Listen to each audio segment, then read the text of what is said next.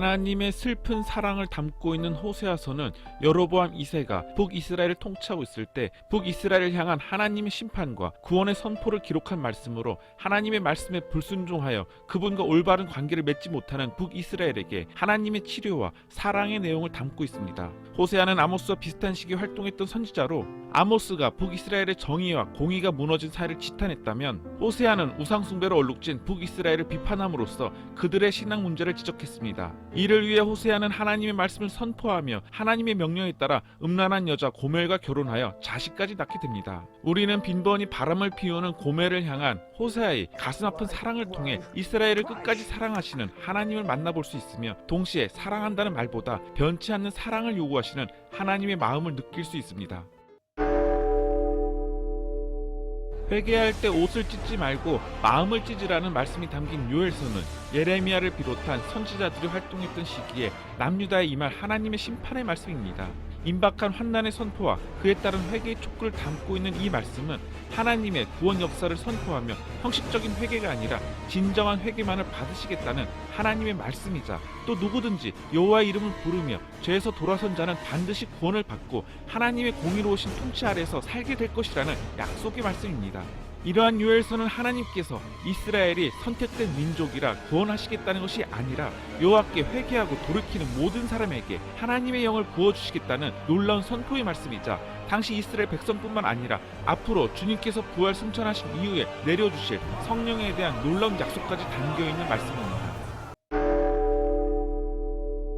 오직 정의를 물같이 공의를 마르지 않는 강같이 이 말씀으로 유명한 아모스서는 북이스라엘의 예후 왕조가 가장 번성했던 여로보암 2세 때 아모스가 사마리아의 지도층에 대한 심판을 기록한 말씀입니다. 북이스라엘이 정치적으로나 경제적으로 부패하여 하나님의 책망을 담고 있는 이 말씀은 다른 민족들에 대한 심판 메시지로 시작합니다. 아모스가 심판을 예언한 나라들은 하나같이 이스라엘이 멸시하던 민족이었기 때문에 북이스라엘 백성들은 아모스 예언을 환영했을 것입니다. 그러나 곧바로 그 예언은 북이스라엘의 심판으로 이어지는데 특별히 사회 기득권 층이었던 부자들과 국가관리 및 제사장들이 사회를 정의롭게 이끌지 못하고 오히려 가난하고 힘없는 사람들을 억압하고 수탈하는 것에 대해 그 죄악을 강력하게 지적했습니다. 그리고 하나님께서는 수많이 바쳐진 제물로 인해 제단에서 기름이 넘쳐 흐르는 것보다 오직 정의를 물같이 공의를 마르지 않는 강같이 흐르는 것을 더욱 원하신다는 사실을 분명하게 선포합니다. 이처럼 아모스서는 제 아무리 많은 것과 11조를 하나님께 바친다 한들 가난하고 소외된 사람들을 돌아보지 않는다면 하나님께서는 그 예물을 기뻐하지 않으신다는 사실을 알 수 있습니다.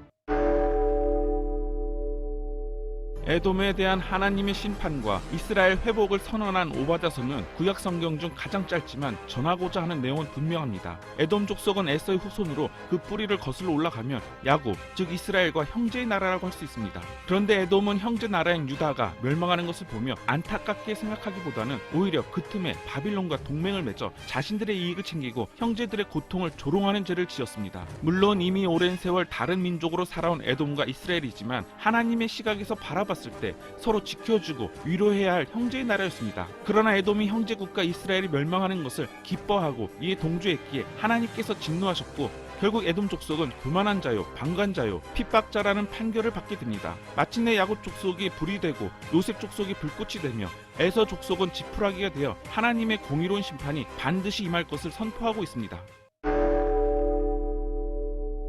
하나님의 명령과 요나의 불순종으로 시작하는 요나서는 아시리아의 수도인 니네베를 통하여 하나님의 말씀을, 그분의 뜻을, 그 사랑을 전하고 있습니다. 하나님께서는 요나에게 니네베로 가서 하나님의 심판이 임박했음을 선포하라고 명령하셨는데 요나는 하나님의 말씀을 거역하고 니네베와 반대 방향인 다시스로 도망갑니다. 결국 요나는 하나님께서 일으키신 폭풍 때문에 물고기 뱃속에 들어갔다 나오는 경험을 했으나 여전히 하나님의 깊은 진심을 깨닫지는 못했습니다. 요나는 하는 수 없이 니네베로 가서 사흘 동안 걸어야 될 거리를 단 하루 만에 다니며 하나님의 명령을 대충 해치워버렸는데 놀랍게도 니네베 백성들은 하나님의 말씀을 듣고 회개합니다. 그렇게 니네베 백성들이 하나님의 진노를 피하고 용서를 받게 되자 요나는 이를 매우 못마땅하게 생각하며 분노합니다. 그러자 하나님께서는 미리 예비하신 박농쿨을 통해 이 땅의 모든 민족과 모든 생명을 아끼고 사랑하시는 당신의 마음을 요나에게 밝히십니다. 한 개인에게는 비록 원수의 나라 적국의 백성일지라도 하나님께는 모두가 귀한 생명이며 열방이 하나님의 사랑 안에 있음을 요나서는 고백하고 있습니다.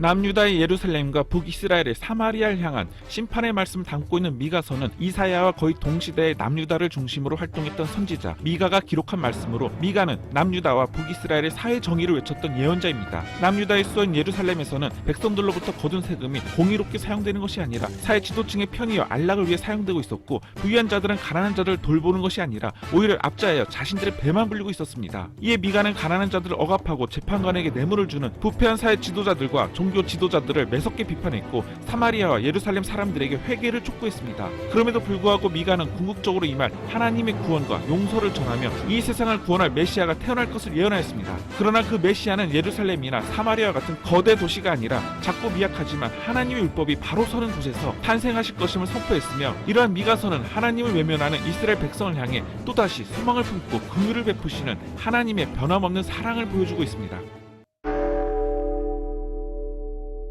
선지자 요나가 150여 년 전 회개의 복음을 선포했던 니느웨는 얼마 지나지 않아 다시 예전의 모습으로 되돌아갔습니다. 하나님께서는 그들에게 열방을 심판하는 도구로서의 권한만을 주셨는데, 그들은 스스로 심판자가 되어 다른 나라를 정복하고 무자비하게 다스렸습니다. 이에 하나님께서는 나훔 선지자를 통해 니느웨에 곧 멸망이 임박했다는 경고와 묵시를 전합니다. 그러나 니느웨 사람들은 하나님께서 다시금 그들에게 기회를 주셨음에도 불구하고 돌이키지 않고 스스로 하나님의 진노를 쌓아만 갔습니다. 결국 앗수르는 나훔의 예언대로 홍수로 인해 성벽이 파괴되었고, 기원전 612년 바빌론에 의해 무너지게 됩니다. 요나서가 하나님의 긍휼을 보여주고 있다면 나훔서는 하나님의 분명한 심판을 보여주고 있으며, 요나를 통해 니느웨의 회개를 보여주고 있다면 나훔은 니느웨의 반역의 역사를 보여주고 있습니다. 일찍이 니느웨가 구원받는 것이 싫어서 불평하는 요나에게 박넝쿨을 통해 하나님의 구원 의지를 가르치셨던 하나님께서 이제는 죄악에 물든 니느웨에 강력한 심판을 선언하십니다. 이처럼 나훔서는 악인들을 심판하시는 하나님의 공의로움과 그들의 압제 가운데 고난받던 사람들을 향한 하나님의 사랑이 함께 담겨있는 말씀입니다.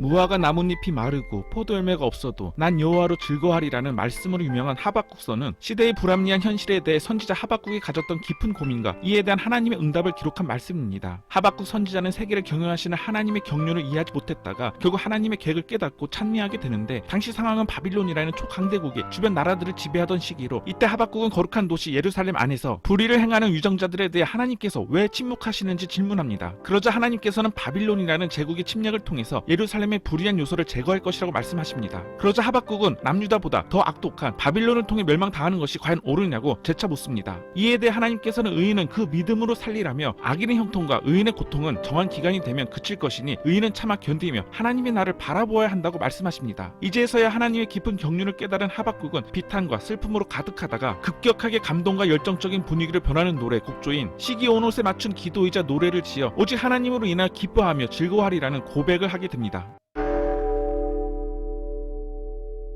하나님의 심판에는 예외가 없습니다. 일반적으로 이스라엘 백성들은 여호와의 날에 대해 자신들이 구원을 받는 좋은 날일 것으로만 생각해왔습니다. 그래서 자신들이 아무리 그 어떤 죄를 지었을지라도 하나님께서 선택하신 백성이기 때문에 여호와의 날에는 모든 이스라엘 백성들이 구원을 얻을 수 있다고 믿었습니다. 하지만 하나님께서는 스바냐 선지자를 통해 그 날에는 심판이 있을 것이고 온 땅이 여호와의 질투의 불에 삼켜지며 모든 거민들이 멸절될 것이라고 말씀하십니다. 나아가 스바냐는 하나님의 심판에는 그 누구도 예외가 없으며, 다만 여호와의 규례를 지키고 공의와 겸손을 구하는 자들만이 하나님의 분노를 피할 수 있다고 선포합니다. 이처럼 스바냐서는 선지자 스바냐가 남유다에 대한 하나님의 심판을 기록한 말씀으로 여호와의 날에 대한 경고와 회개에 대한 요청의 내용을 담고 있습니다. 스바냐는 사람들의 죄로 인해 모든 땅 위에 임하게 될 여호와의 분노의 날에 대해 이야기하는데, 그럼에도 구원을 베푸실 전능자이신 하나님께서 예루살렘을 사랑하신다는 사실과 예루살렘으로 인하여 기뻐하시는 하나님의 진심을 살펴볼 수 있습니다.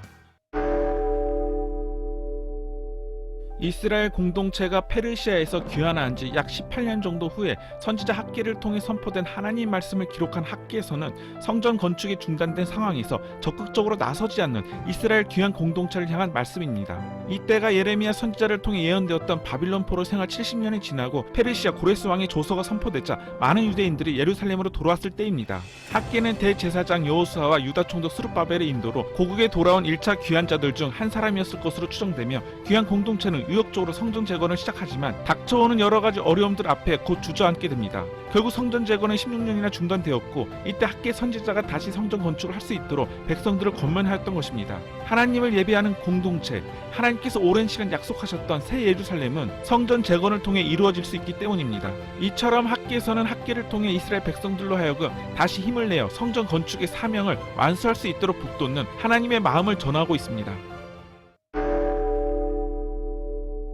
성전 재건을 독려하던 학계 선지자와 동시대의 부름을 받은 스가랴는 성전 건축을 게을리하는 백성들에 대한 격려와 예루살렘의 회복과 구원을 선포하였습니다. 뿐만 아니라 스가랴서는 이스라엘이 불순종의 죄악을 반복하지 않도록 권면하는 내용과 그 말씀을 받은 백성들에 대한 위로의 말씀을 담고 있습니다. 스가랴는 다리오 왕 때에 학계 선지자가 부름을 받은 지 2개월이 더 지난 후에 활동하였는데 학계 선지자가 현실적인 상황을 분석하고 좀 더 구체적으로 이스라엘 백성들이 지금 해야 할 일들을 제시하였다면 스가랴는 예루살렘의 미래상 곧 새 예루살렘의 하나님의 영광이 가득한 모습을 보여줌으로써 용기와 희망을 북돋아 주었습니다. 포로기를 지나 돌아와 본 예루살렘이 지금은 황폐하고 아무 희망이 없어 보이지만 하나님께서 예루살렘을 새롭게 하실 것이라는 회복의 말씀에 감동한 백성들은 다시 성전 재건 작업을 시작했고 2달 후에 그 기초를 완성하게 됩니다. 그리고 스가랴서에는 놀랍게도 장차 오실 예수 그리스도의 모습이 수놓여 있으며 새 예루살렘에 대한 하나님의 약속과 온 세계를 향한 하나님의 구원 능력을 보여주고 있습니다.